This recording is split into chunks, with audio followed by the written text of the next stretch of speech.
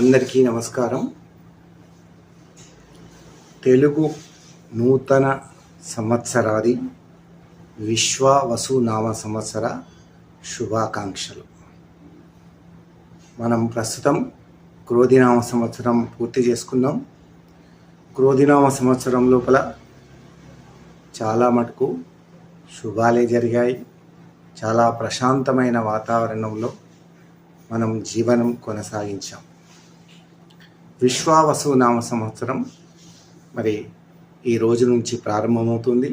విశ్వావసునామ సంవత్సరం అంటే ప్రపంచం మొత్తానికి సంపద కలిగేది, అంటే ప్రపంచం మొత్తం సుభిక్షంగా సంపదలతో నిండి ఉండే సంవత్సరం అని ఈ విశ్వావసునామ సంవత్సరం అర్థం.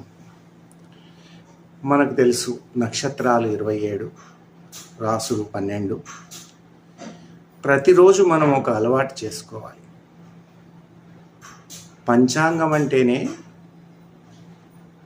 తిథి, వార, నక్షత్ర, యోగ, కరణముల గూర్చి తెలియజేసేదే పంచాంగం. మనం ప్రతిరోజు నిద్రలేవగానే ఆ రోజువారీ జీవనం గురించి ఆలోచిస్తాం, ఎట్లా సంపాదించాలి, ఏ విధంగా అని. అదేవిధంగా పంచాంగం గురించి కూడా ఆలోచించాలి. పంచాంగము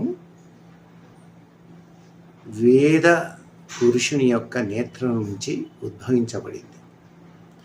ప్రతిరోజు ప్రతి ఒక్కరూ సూర్య ఉదయము, అస్తమయం గురించి తెలుసుకోవాలి.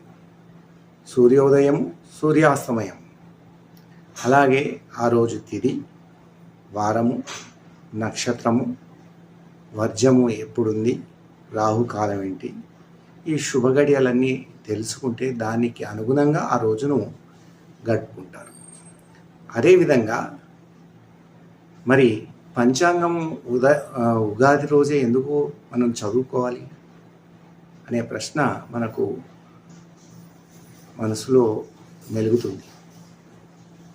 మరి ప్రతి ఒక్కరూ వారి యొక్క జీవన విధానం లోపల నెలకు, సంవత్సరానికో వారి యొక్క బడ్జెట్ను గురించి ఆలోచిస్తూ ఉంటారు. రాష్ట్రం అయితే మార్చిలో బడ్జెట్ సమర్పిస్తుంది. దేశంలో కూడా మన ఢిల్లీ ప్రభుత్వం కూడా, సెంట్రల్ గవర్నమెంట్ కూడా మార్చిలో బడ్జెట్ ప్రవేశపెడుతుంది. దాని ద్వారా ఆర్థిక విషయాలు దేనికి ఎంతెంత ఖర్చు పెట్టాలి, ఎంత. అదేవిధంగా పంచాంగం అనేది కాలమును గురించి తెలియజేస్తుంది. కాబట్టి ఆ కాలం విషయాలను కూడా మనం తప్పనిసరిగా తెలుసుకోవాలి. కాలం ముఖ్యంగా మన జీవన విధానం ఎలా ఉంటుంది, ఈ సంవత్సర కాలంలో ఏ దోషాలు ఉన్నాయి, ఏ మంచి శుభకార్యాలు జరిగే ఉంది, ఇవన్నీ విషయాలను తెలియాలంటే, తెలుసుకోవాలంటే పంచాంగము మనం ఆ రోజు తప్పనిసరిగా ఒక్క రోజన్నా చదువుకోవాలి. వీలైతే మనం పంచాంగం చదువుకోవచ్చు. యూట్యూబ్ లోపల వీడియోస్ ఉంటాయి, చూడవచ్చు. లేదా దగ్గరలో ఉన్న గుడి లోపల మరి పంచాంగం రాసిన పంచాంగకర్తలు కానీ దానికి సంబంధించిన వేద పండితులు చెప్తే వినొచ్చు. ఆ విధమైన పంచాంగం వింటే ఆ సంవత్సరం పొడుగునా మీకు ఏం జరుగుతుందనేది తెలిసిపోతుంది. మరి 27 నక్షత్రాల లోపల ఒక్కొక్క నక్షత్రానికి 4 పాదాలు ఉంటాయి, 12 రాసులు ఉంటాయి.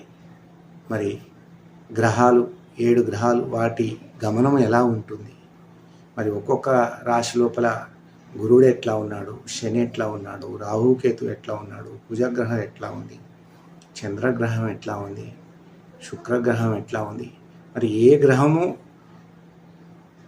ఆ నక్షత్ర రాశుల లోపల ఎక్కడుంటే మంచిది, ఎక్కడుంటే చెడు, మరి దానికి పర్యవసానం ఏం చేసుకోవాలి, రెమెడీస్ ఏం చేసుకోవాలి అనేది తెలుసుకోవాలి.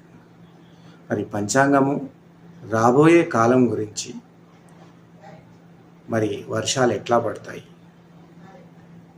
తర్వాత గ్రహణాలు ఏ రోజులు ఏర్పడతాయి, తర్వాత ఏమైనా నదులకు మేళాలు ఉన్నాయా, కుంభమేళా కానీ ఇలాంటివి ఏమైనా ఉన్నాయా లేదా, అలాగే ఏమైనా ప్రకృతి సంబంధించిన ప్రమాదాలు ఏమైనా ఉన్నాయా, వీటన్నిటిని గురించి పంచాంగం తెలియజేస్తుంది. వ్యక్తిగతంగా, తర్వాత దేశ యొక్క ప్రయోజనం రీత్యా వాటి గురించి కూడా పంచాంగం తెలియజేస్తుంది. వ్యక్తిగతంగా అందరూ చూసుకుంటారు. మరి మన దేశం ఎట్లా ఉంటుంది, ప్రపంచం ఎట్లా ఉంటుంది, ప్రపంచాల మధ్య యుద్ధాలు జరుగుతాయా, భూకంపాలు వస్తాయా, సునామీలు వస్తాయా, వర్షపాతం ఎట్లా ఉంటుంది, వ్యవసాయం ఎట్లా పండుతుంది, మరి అభివృద్ధి ఎలా ఉంటుంది, ఇవన్నీ మనం రాబోయే మరి సంవత్సర కాలాన్ని వాటి యొక్క వివరాలన్నింటినీ జ్యోతిష్య పండితులు గణిత ఆధారంగా చేసుకొని మరి తెలియజేసేదే పంచాంగం. మనం ఎట్లయితే బడ్జెట్ కనుక ప్రవేశపెట్టినప్పుడు ఆర్థికపరమైన విషయాలు ఎట్లయితే మనం చూసుకుంటామో, అదేవిధంగా ప్రతి ఒక్కరూ తప్పనిసరిగా మీ జన్మ నక్షత్రం, అంటే అది మనం పుట్టిన డేటు, వారము, సరి అయిన సమయం కనుక మనకు తెలిసి ఉంటే జ్యోతిష్య పండితులు మీ యొక్క జాతక చక్రం సరిగ్గా వేస్తారు. తదనుగుణంగా మన యొక్క నక్షత్రము, రాసులు తెలుస్తాయి. దానికి అనుగుణంగా మనం పంచాంగంలో చూసుకోవచ్చు. జ్యోతిష్య పండితుల నుంచి సలహాను కూడా అడగవచ్చు. దానికి రెమెడీస్ కూడా మనం చేసుకోవచ్చు. కాబట్టి రాబోయే సంవత్సర కాలం యొక్క బడ్జెట్ను తెలుసుకోవడానికే ఈ పంచాంగాన్ని మనం చదువుకుంటాం. కనీసం ఆ ఒక్కరోజైనా చదువుకుంటే ఏ నెలలో ఏమేమి వస్తున్నాయి, మరి గోచారంగా ఎట్లా ఉంది, మరి నవగ్రహ భ్రమణం ఎట్లా ఉన్నాయి, మరి మీకు ఎక్కడ మరి అపాయం కలగబోతుంది జాతక రీత్యా, దానికి రెమెడీస్ ఏం చేసుకోవాలి అనే విషయాలు జ్యోతిష్య పండితులు తెలియజేస్తారు. లేదా భగవన్నామ స్మరణ కన్నా మించింది లేదు. భగవంతుని ఆరాధన, భగవన్నామ స్మరణ అనేది చాలా ముఖ్యం. శైవులైతే మరి ఈశ్వరుణ్ణి ఆరాధిస్తారు, వైష్ణవులైతే నారాయణుని ఆరాధిస్తారు. ఎవరిని ఆరాధించినా మరి అందరూ దేవుళ్ళే. దానికి అనుగుణంగా మనము భగవన్నామ స్మరణ చేసుకుంటూ, దైవారాధన చేసుకుంటూ మన జీవితం సుఖమయంగా సాఫీగా జరగడాని కోసం మనం ప్రయత్నం చేసుకునేందుకు సూచనలు ఇచ్చేదే ఈ పంచాంగం.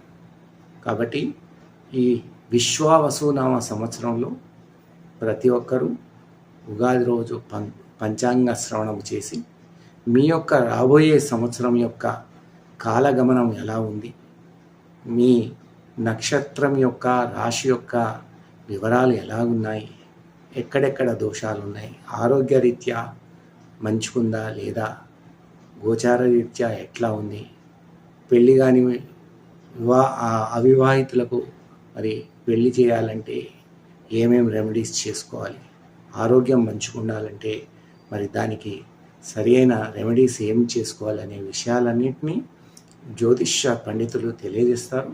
కాబట్టి ఈరోజు అందరూ పంచాంగ శ్రవణం వినండి. అలాగే దేవాలయంలో, దగ్గరున్న దేవాలయంలో పండితులు చెప్పే పంచాంగ పఠనం విని వాటిని అన్నింటినీ ఆచరించి మీ యొక్క భవిష్యత్తును, కాలగమనాన్ని మరి సుభిక్షంగా ఉంచుకోవాలని కోరుకుంటూ ధన్యవాదాలు. సెలవు.